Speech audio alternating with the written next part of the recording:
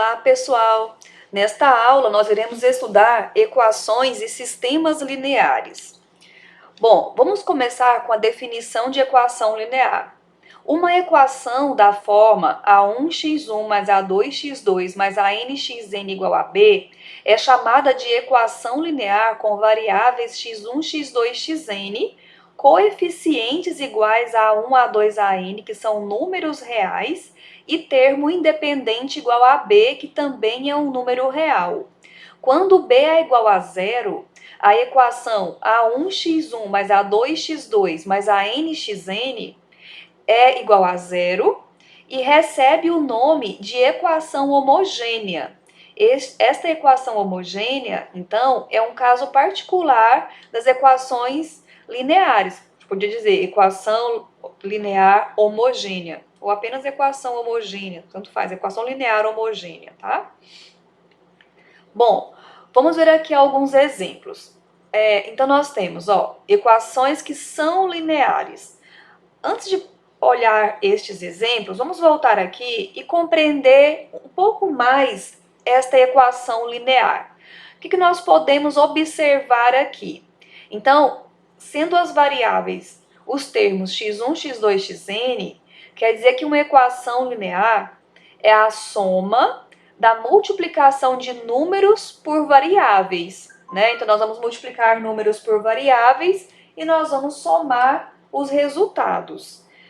Observem aqui, pessoal, que nós não temos nenhuma potência nas variáveis. Então, todas as variáveis estão elevadas a expoente igual a 1.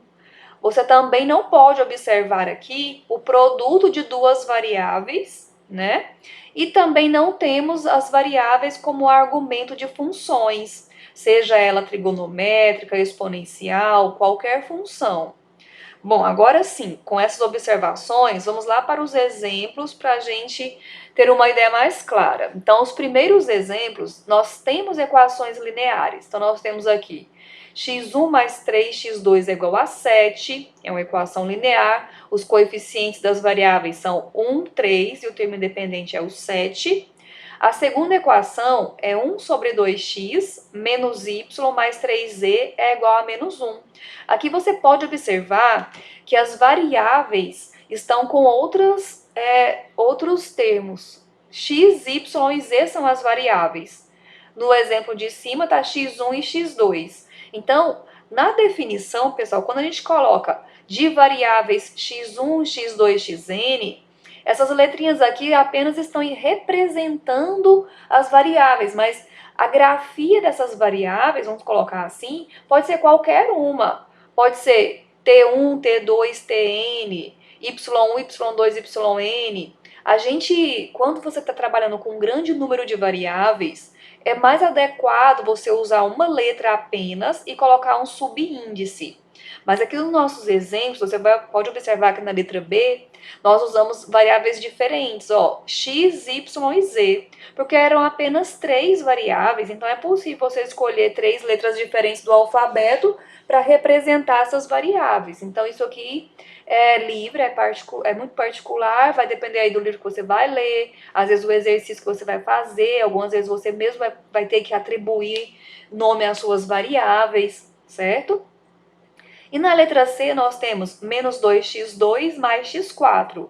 Quais são as variáveis da equação aqui, pessoal? Nós só estamos vendo o x2 e o x4, mas aqui como essas variáveis estão indexadas, nós vamos precisar aqui intuir, inferir, mas se fosse um exemplo, uma equação embutida dentro de um exemplo mais formal, o próprio exercício já viria dizendo que é um problema contendo uma variável com 4 coordenadas, né, igual nós vimos lá atrás, nas aulas anteriores, os vetores, que cada vetor tem as suas coordenadas. Essas variáveis aqui, elas são também coordenadas de vetores. Então, por exemplo, na primeira equação, o x1 e o x2 serão coordenadas de um vetor de 2 coordenadas.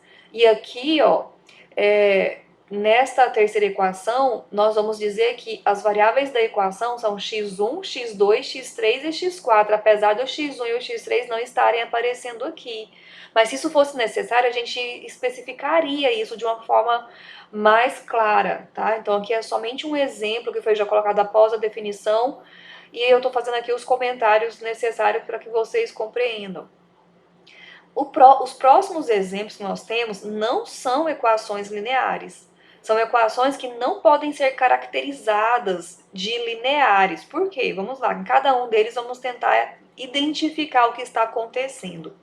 Na primeira equação, a variável x2 está com potência 2, é x2 ao quadrado.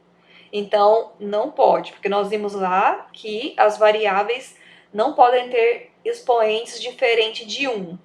Na segunda, a variável x1 é argumento de função, a função seno, função trigonométrica, não pode também. E aqui na terceira, a variável a, as variáveis aqui são a, b e c. A variável a está dentro de um radical, é raiz de a, ou seja, a elevado a meio. Também não pode. Então, essas aqui não são equações lineares. Nesta aula, nós iremos focar nas equações que são lineares.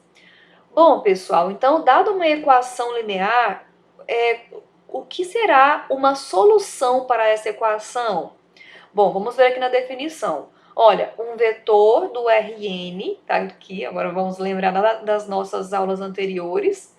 O vetor do Rn é uma solução para a equação linear com n coordenadas, se, ao substituir as variáveis da equação pelas coordenadas do vetor, a expressão resultante é verdadeira. Então, olha só. Na equação, nós temos n coordenadas, quer dizer, n variáveis. Então, quer dizer que o vetor, que é a solução, precisa ter n coordenadas, porque você vai colocar uma coordenada para cada variável, tá certo? E quando você fizer essa substituição e efetuar o cálculo do primeiro membro, e esse cálculo resultar no número que está lá no segundo membro, você vai ter uma igualdade que é uma sentença verdadeira, uma expressão verdadeira. Vamos ver vamos traduzir isso a partir de um exemplo. Olha só. Verifique que o vetor x é solução da equação.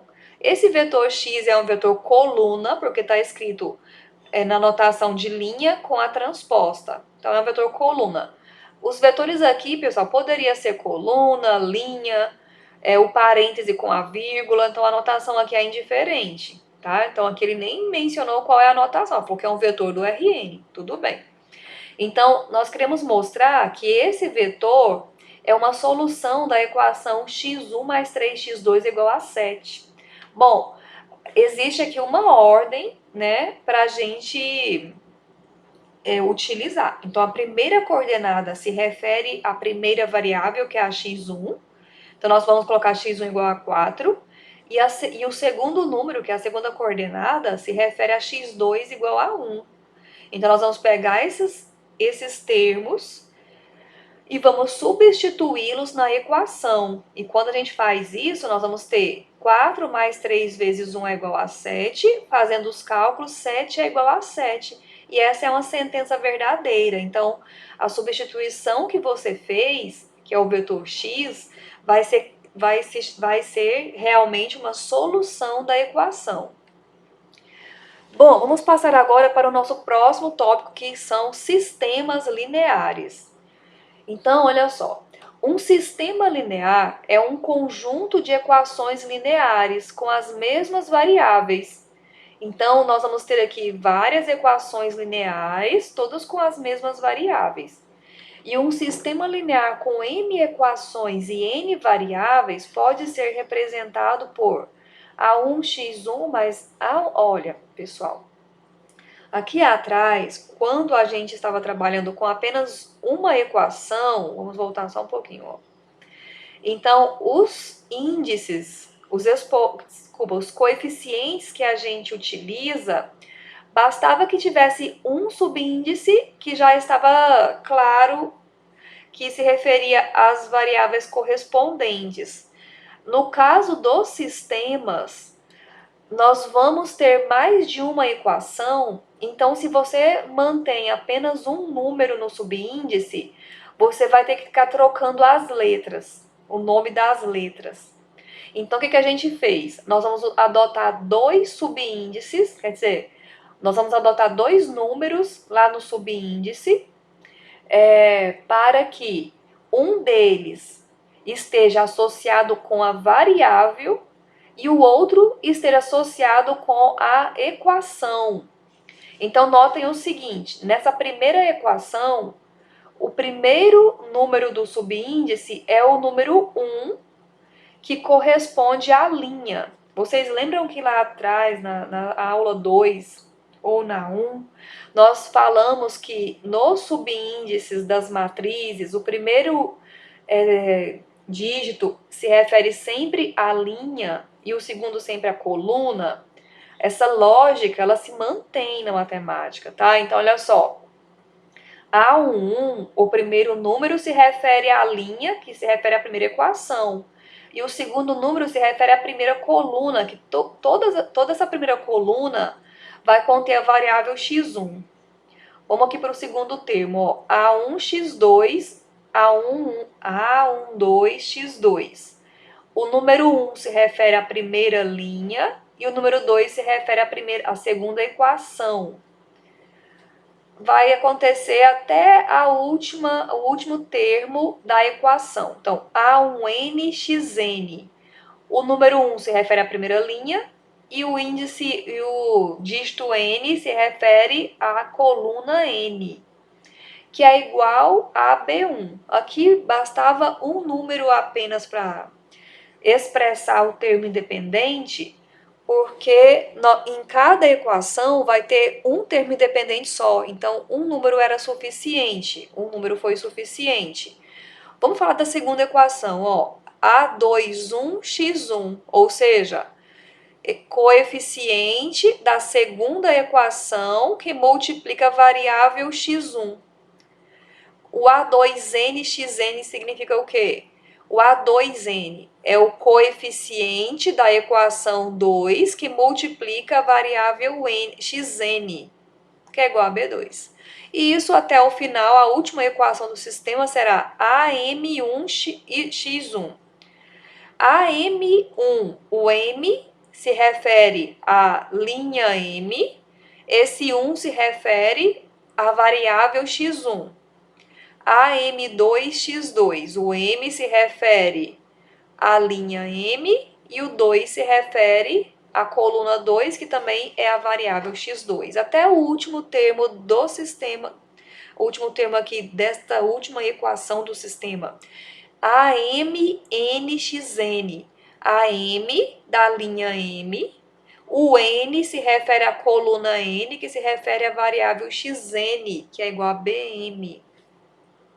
Bom, pessoal, quando os termos independentes do sistema forem todos iguais a zero, esse sistema será chamado de sistema linear homogêneo e vai ter esta notação aqui.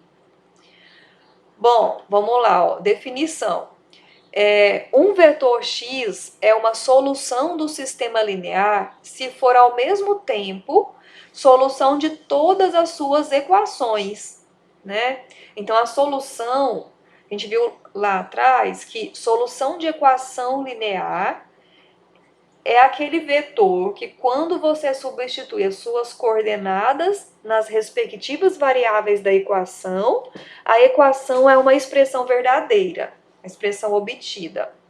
Agora, quando se trata de sistema, essa substituição tem que ser feita em todas as equações do sistema e todas elas devem ser satisfeitas.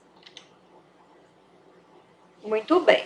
Então, aqui, ó, nós vamos encontrar a solução dos sistemas lineares.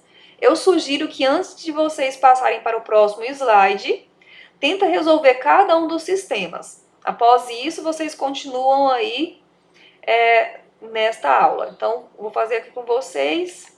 Olha só, primeiro sistema, x1 menos x2 é igual a 1, 2x1 mais x2 é igual a 6. Bom, O que nós fizemos aqui? Nós adotamos a estratégia de somar as duas equações para cancelar a variável x2. Então, nós somamos, ficou 3x1, 0x2 igual a 7. Então, 3x1 é igual a 7.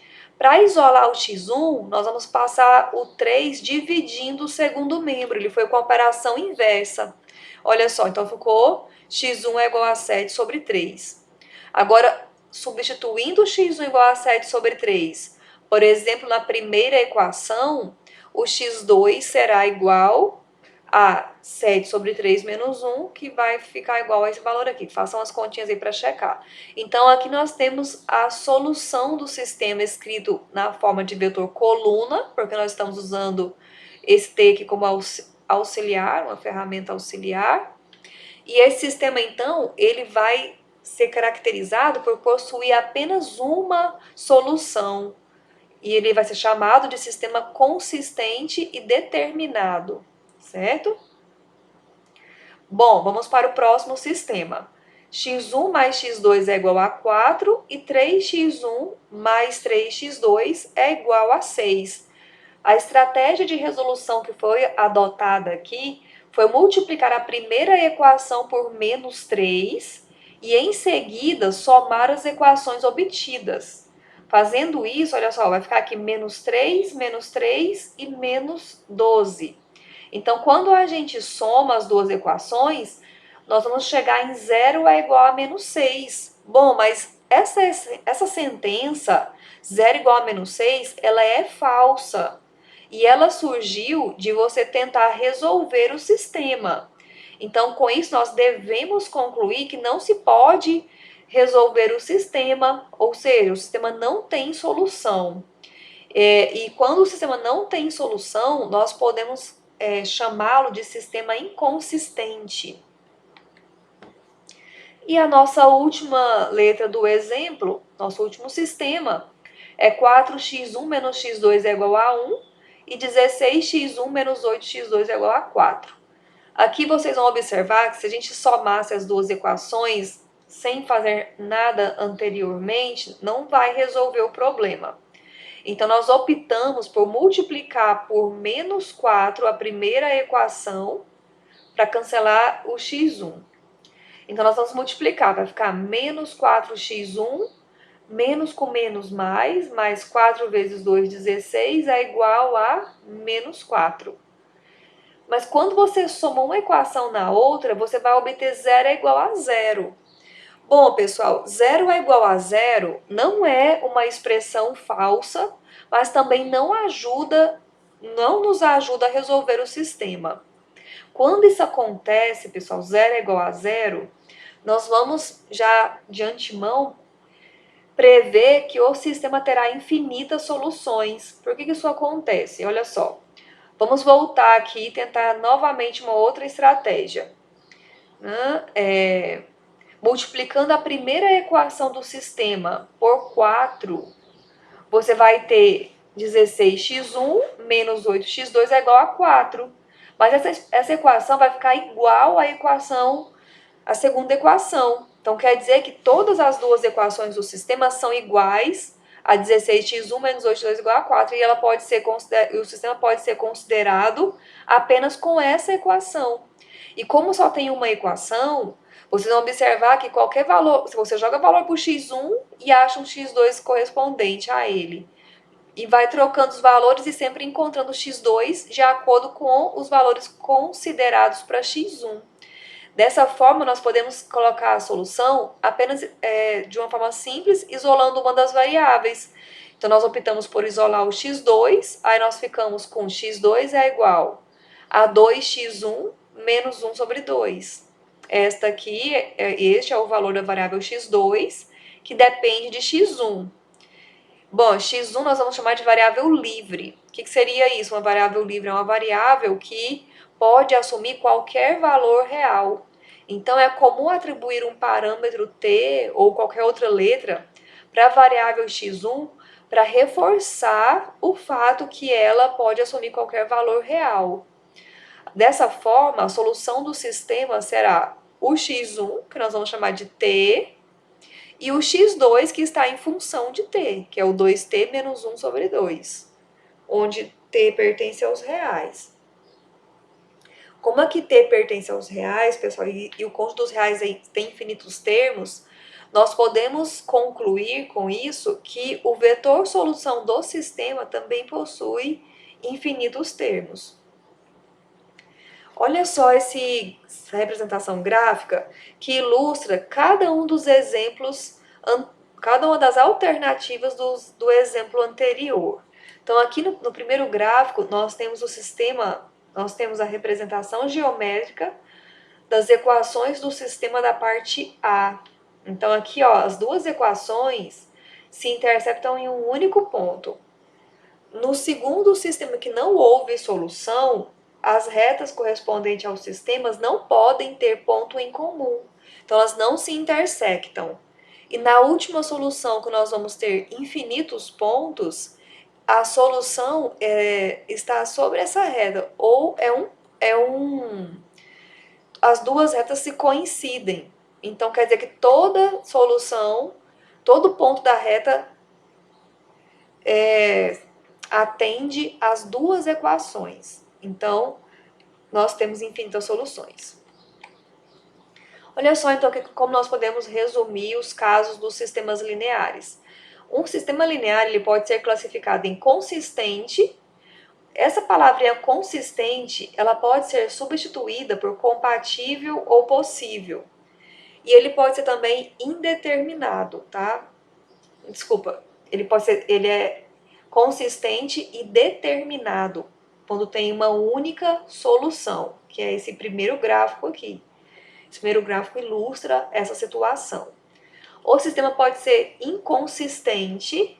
Inconsistente, essa palavrinha pode ser substituída por, aqui é N, gente, ó, digitei errado. Incompatível ou impossível.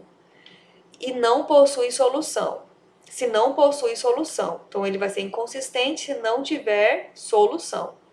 E ele vai ser consistente e indeterminado se ele possui infinitas soluções, que é o caso que nós atribuímos aquele parâmetro, né, t. Então, quando tiver infinitas soluções, nós vamos chamar o sistema de consistente e indeterminado. Tudo certo? Bom, podem praticar os exercícios lá na seção 2.2 do livro. E vamos seguindo aqui agora para equação matricial e matriz aumentada.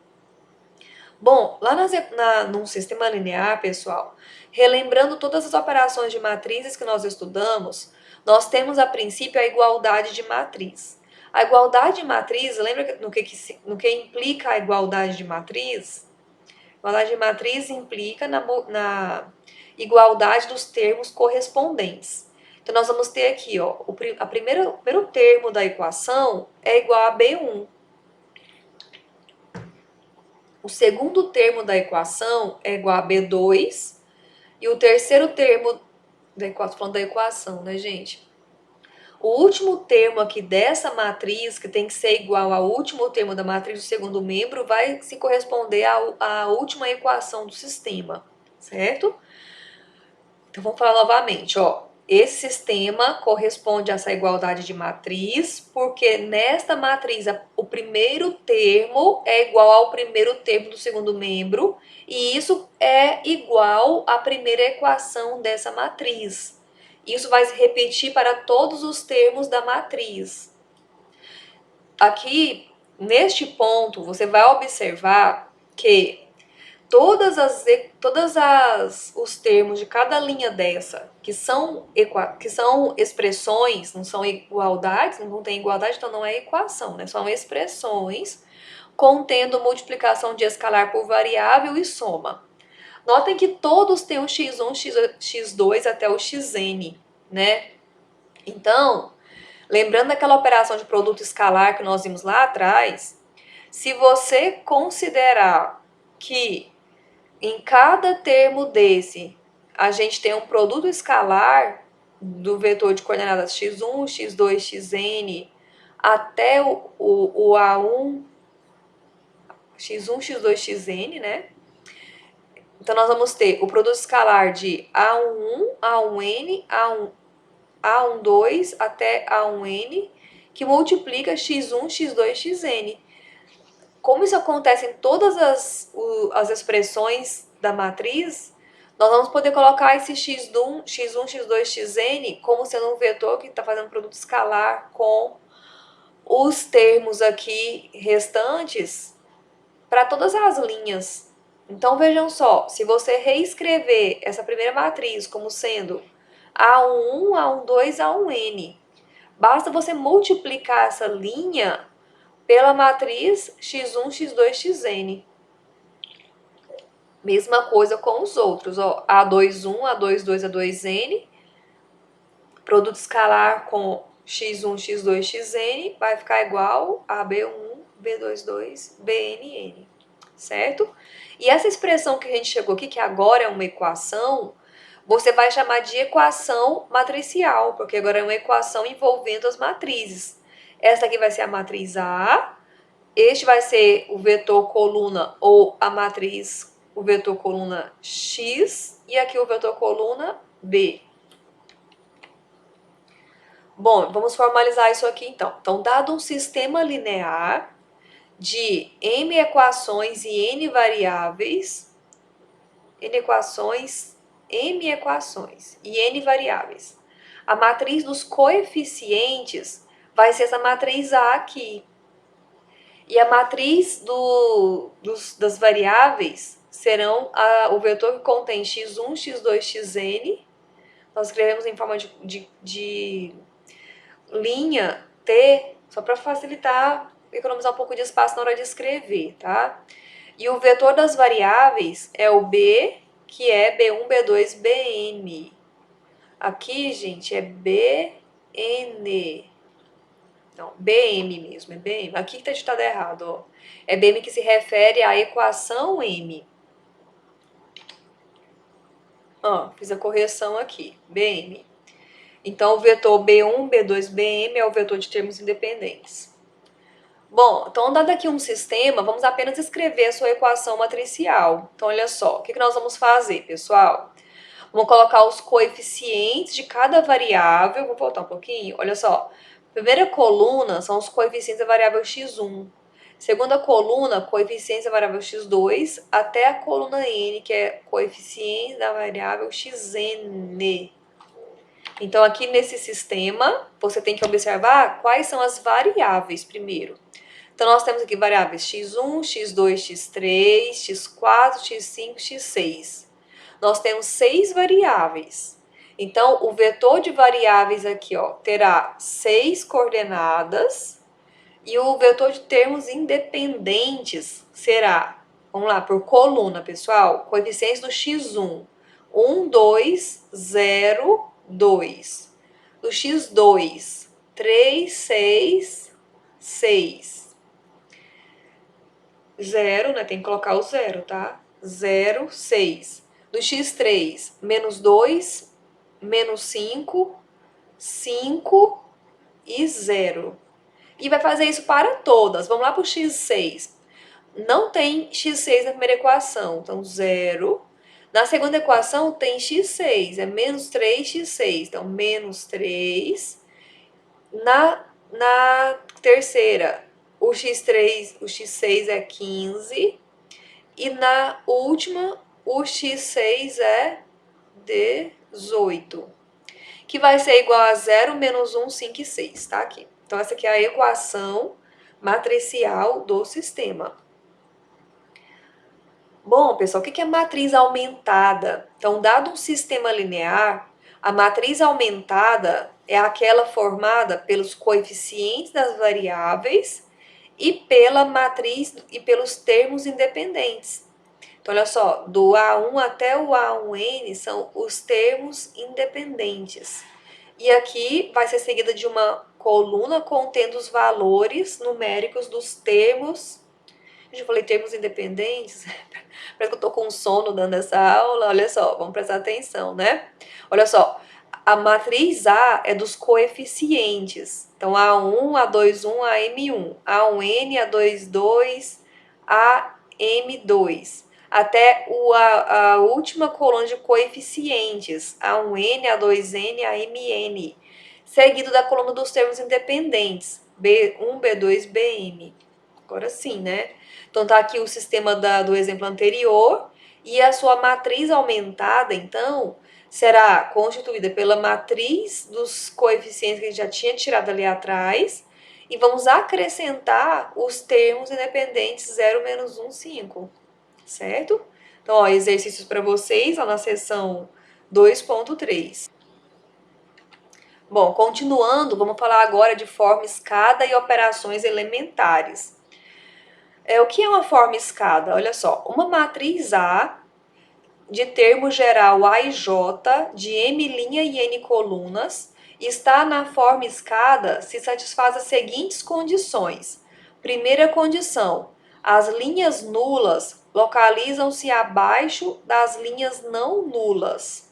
Então quer dizer que se tiver linhas nulas na matriz, ela está lá no final da matriz, tá? Em linhas consecutivas, o primeiro número não nulo da linha superior localiza-se mais à esquerda que o primeiro número não nulo da linha posterior. O primeiro número não nulo de cada linha é chamado de pivô. Vocês vão observar, pessoal, que aqui o primeiro número não nulo da linha, para o caso da matriz na forma escada, não tem que ser necessariamente igual ao número 1, certo? É um número qualquer, nós vamos apenas pedir que ele seja não nulo. Então, o primeiro número não nulo é chamado de pivô. Olha aqui um exemplo, ó, vários exemplos da forma escada. Então, nós temos, ó, primeiro número não nulo, abaixo tem que ser 0. Aqui nós temos, ó, o primeiro número não nulo, abaixo tem que ser 0. O que ele pede para a gente observar é o seguinte, vamos seguindo lá os passos, os critérios que devem ser satisfeitos, que ele fala o seguinte, se tiver linha nula, ela está no final da matriz. Então, aqui, ok, nem tem linha nula, aqui nós temos uma linha nula, aqui nós temos uma linha nula e aqui não tem. Então, tudo bem. Agora, o próximo passo que nós temos que considerar é o seguinte, quando você compara duas linhas, que fazem linhas consecutivas, o pivô da linha de cima está sempre mais à esquerda. Então, olha só, comparou duas linhas, o pivô da linha de cima está mais à esquerda, comparou essas duas aqui, o pivô da linha de cima está mais à esquerda, e quando compara a primeira com a última, também, o pivô da primeira linha está mais à esquerda que o pivô da linha 3. Na letra B, a linha nula vem no final e comparando duas linhas, o pivô da linha, vou falar agora da linha posterior, tá? Está mais à direita. Aqui também, ó, linha nula vem no final da matriz e comparando duas linhas, o pivô da linha de baixo vem mais para a direita. E aqui compara duas linhas, acontece o mesmo com o pivô e não tem linha nula. Então, tudo bem. Então, todas essas matrizes são classificadas como matrizes na forma escada. Esse próximo exemplo, as matrizes eles não são chamadas de forma escada porque elas não atendem à definição. Vamos ver aqui em cada caso o que está acontecendo. No primeiro exemplo, tem uma linha de zeros que não está depois de linha não nula. Então, aqui a linha de zeros não veio no final da matriz, então não satisfaz a definição. Na letra B, quando você compara duas linhas consecutivas, o pivô da linha de baixo está no mesmo alinhamento do pivô da linha de cima. Não pode. O de baixo tem que estar sempre mais à direita, exatamente para formar uma espécie de degrau. Na terceira, quando você compara duas linhas, o pivô da linha de baixo está mais à esquerda que o de cima. Então, não pode também ser forma escada. E nessa D, letra D, tem uma linha de zeros antes de uma linha não nula. Então, não serve nenhum desses exemplos aqui para serem chamadas de forma escada. Vamos voltar um pouquinho aqui. Olha só. Nesses exemplos, que são todos forma escada, vamos passar um traço aqui por baixo de cada pivô. Então, olha só, eu passo um traço aqui, aí eu desço com o lápis, traço aqui e desço aqui, traço aqui. Forma uma espécie de degrau. Então, olha só, eu traço aqui, desço e traço para cá. Aqui eu vou trazer o lápis até aqui, desço, trago até aqui, traço até o final, né? E aqui, ó, traço aqui, desço. Então, você vai ter uma espécie de degrau mesmo com os termos aí os primeiros números não nulos de cada uma das linhas. Bom, pessoal, nós temos uma outra definição que é a forma escada reduzida. Então, apareceu aqui uma palavrinha a mais, reduzida. Então, veja só. As linhas nulas localizam-se abaixo das linhas não nulas, como acontecia ali na forma escada.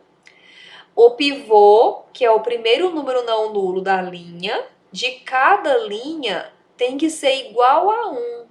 Então, ali atrás não tinha nenhuma restrição para o pivô, não foi imposto nada para o elemento pivô. Aqui na reduzida, sim, ele tem que ser igual ao número 1, tá? Em linhas consecutivas, o pivô da linha superior localiza-se mais à esquerda que o pivô da linha posterior. Na reduzida também tem esse critério. E o último critério que tem que ser satisfeito é o seguinte: se o pivô de uma linha ocorrer na linha.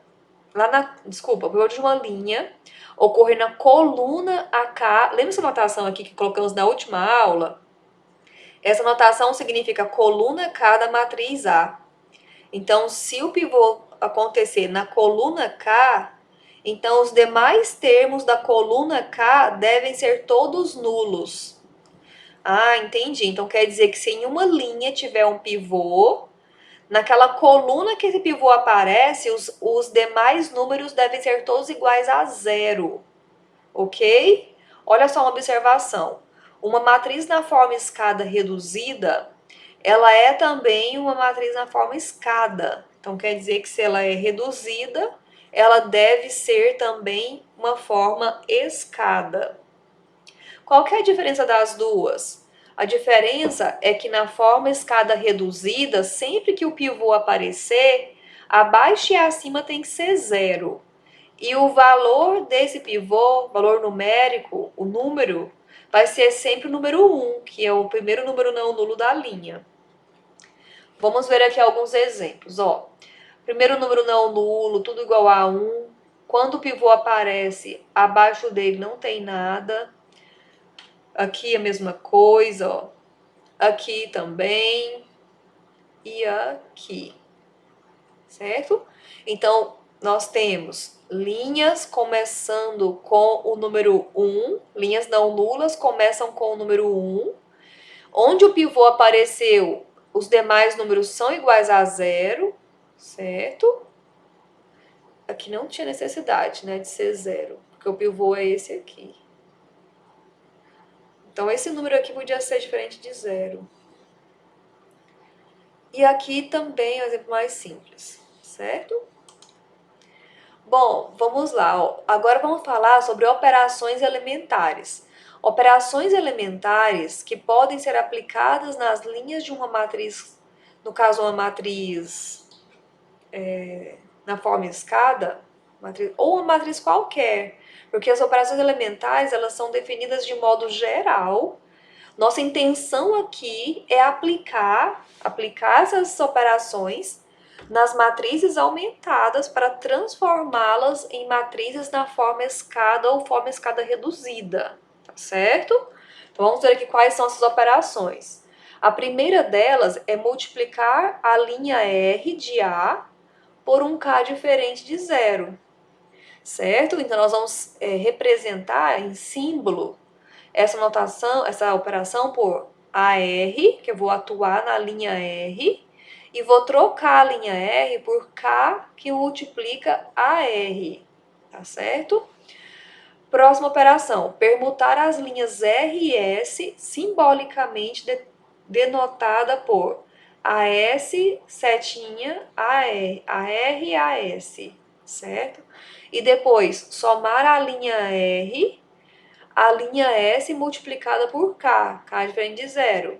Ou seja, denotar por AR a linha AR mais KAS. Outra definição.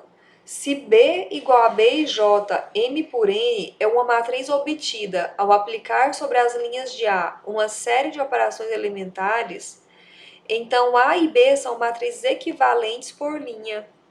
Certo? Então, esse equivalente por linhas quer dizer isso. Toda vez que você parte de uma matriz, aplica operações elementares e gera outras matrizes, nós diremos que A e B são equivalentes por linha.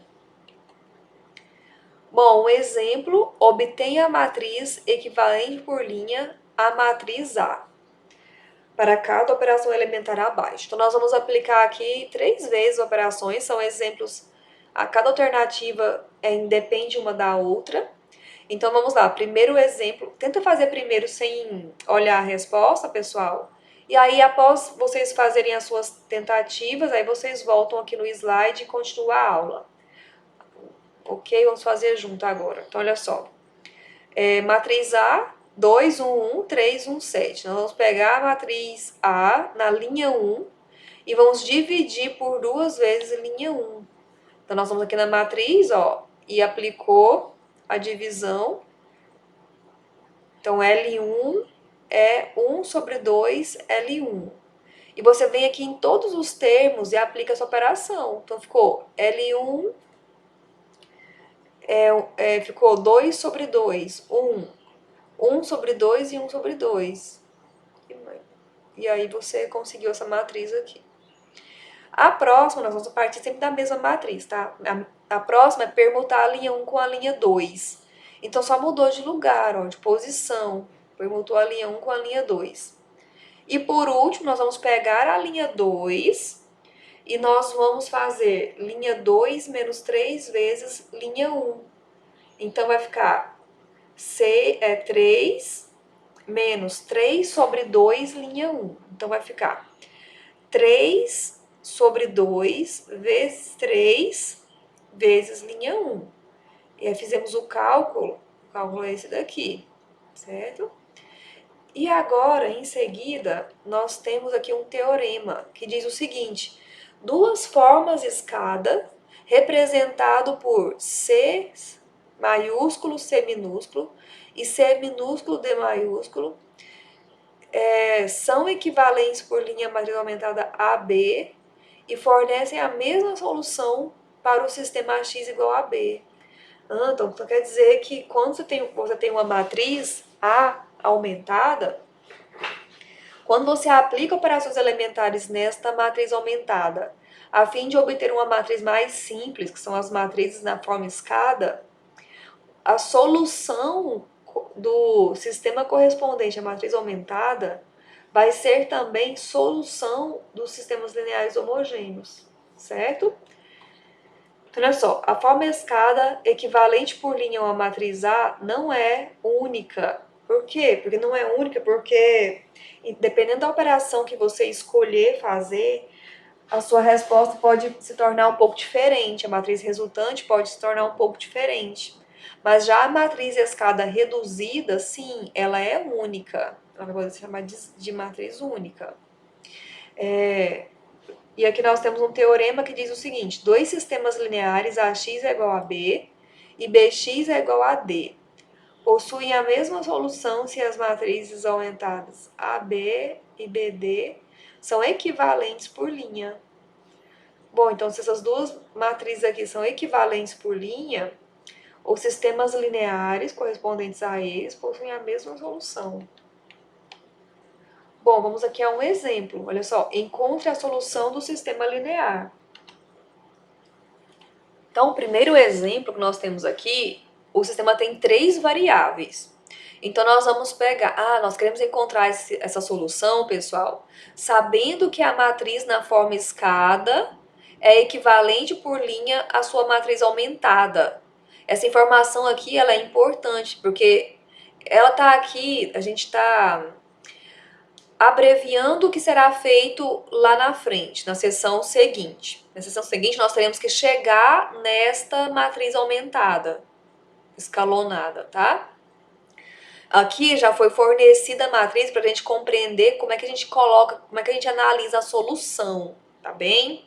Então, olha só, na prática, o que deveria ser feito, com o sistema que você tem, você vai definir a matriz de coeficientes e vai encontrar com as operações elementares esta matriz aqui que foi dada. Nos teoremas aqui anteriores, estão dizendo o seguinte: se você tem duas matrizes aumentadas equivalentes, sendo que matrizes equivalentes são aquelas que você parte de uma matriz, aplica operações elementares até chegar na matriz dada. Então, se você tem duas matrizes equivalentes, os sistemas associados com elas têm a mesma solução. E isso vai ser muito útil aqui, porque, vejam bem, aqui está o nosso sistema, né? Deixa eu só conferir aqui. Isso, aqui está o nosso sistema, a nossa matriz aumentada. E nós vamos buscar a solução do sistema correspondente a ela. Então, vamos lá, ó. Cada coluna dessa corresponde a uma das variáveis. E a última coluna corresponde aos termos independentes. Então, nós vamos ter, ó, x1 menos 2x2 mais x3. É só lembrar que tem aquele produto aqui, ó, por x1, x2, x3, né? Então, em cada termo aqui, nós vamos fazer o produto escalar da linha vezes a coluna, tá?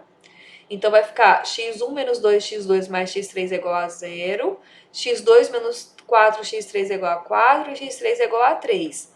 Aí, daqui, nós vamos isolar cada variável. Então, x3 é igual a 3, x2 é igual a 4 mais 4x3 e o x1 é igual a 2x2 menos x3.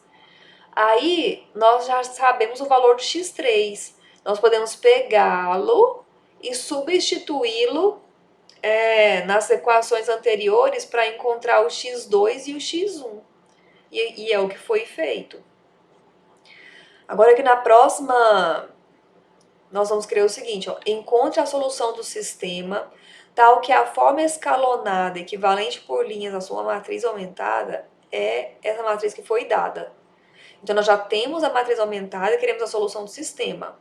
Então, olha só, foi dada essa matriz e nós vamos observar, pessoal, que a cada linha da matriz corresponde uma das variáveis. Então, me digam aqui uma coisa. O que vai acontecer nessa última equação? Nessa última equação vai ficar 0 é igual a 2. Mas 0 é igual a 2 é impossível, uma expressão falsa. Então, essa expressão falsa aqui nesse sistema caracteriza uma falta de solução, uma inconsistência. Não tem solução, certo? O próximo exemplo, nós queremos encontrar a solução do sistema que tenha essa forma aumentada. Bom, vamos seguir o protocolo que é o seguinte, dada a matriz escalonada, associa a ela um sistema. Então, nós vamos ter 2x1 menos x2 é igual a 5, menos x1 menos x4 é igual a 2 e 0 é igual a 0. Bom, aqui, gente, apareceu 0 é igual a 0, só que 0 é igual a 0 não é uma inconsistência. Então, o que nós podemos fazer? Lembra lá atrás que nós resolveu o sistema e deu 0 igual a 0? Bom, pessoal, como tem 0 igual a 0 e isso caracteriza infinitas soluções, você deve observar qual coluna está sem pivô. Então, a primeira coluna tem um pivô correspondente à variável x1. A segunda coluna tem pivô correspondente à variável x2. E a terceira coluna não tem pivô. Então, quer dizer que o x3 é livre. E nós vamos colocar ó, x3 igual a t, certo? E veio desse fato aqui, ó, do 0 igual a 0. As anteriores, você vai isolar as variáveis x2 e x1. Então, ficou x2 igual a menos 2 menos 4x3. E aqui ficou x1. Agora, com o valor que você já tem, é como se esse x3 igual a t já fosse um dos valores. Já é um dos valores da variável. Então, você vai substituí-lo nas equações. Então, vai substituir aqui na equação x2. Aí vai encontrar o x2, que vai ficar menos 2 menos 4t.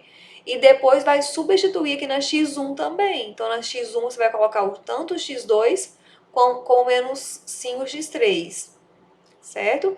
E com isso você tem aqui a solução, organizada numa matriz coluna, primeira variável, segunda variável e terceira variável. Bom, o último sistema que nós vamos resolver corresponde à matriz aumentada 1, menos 5, 1, 4 e duas linhas iguais a zero. Bom, você tem duas linhas iguais a zero, o que vai acontecer agora? Olha só, você vai atribuir um sistema a essa matriz aumentada. Então, vai ficar x1 menos 5x2 mais x3 é igual a 4, x2 é R, x3 é T. E nós vamos isolar o R e já está aqui o R e o T, que nós vamos substituir na primeira equação, que a primeira equação vai fornecer para a gente o x1 é igual a 4 mais 5x2 menos x3.